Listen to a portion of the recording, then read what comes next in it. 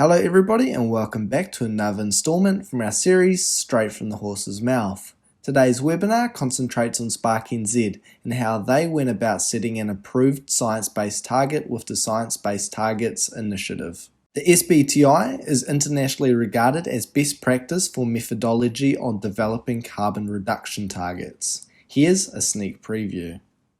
Fourth step, whether validated or not, go public, share your target. It helps to increase that ambition and commitment.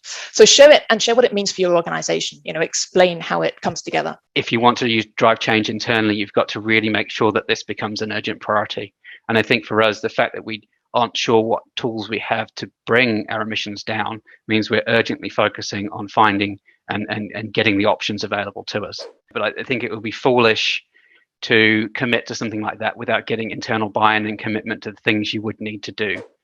Rather than trying to measure emissions and reduce them down, it's understand who you're purchasing things are from and influencing them to set their own science-based targets, which focuses their effort on relationships and selecting suppliers and influencing change, rather than chasing data, which wouldn't necessarily, even if we found it, be able to then influence right down the supply chain to make much difference there. But the target we ended up for Scope 3 was 70% of suppliers by spend, covering purchase goods and services and capital goods, and that covers 2/3 of our Scope 3 emissions. And when I say understand the type of target and the data you'll need to collect it, we had to do a lot of data analysis to justify that 70% of those two categories equaled 67% of our Scope 3 emissions.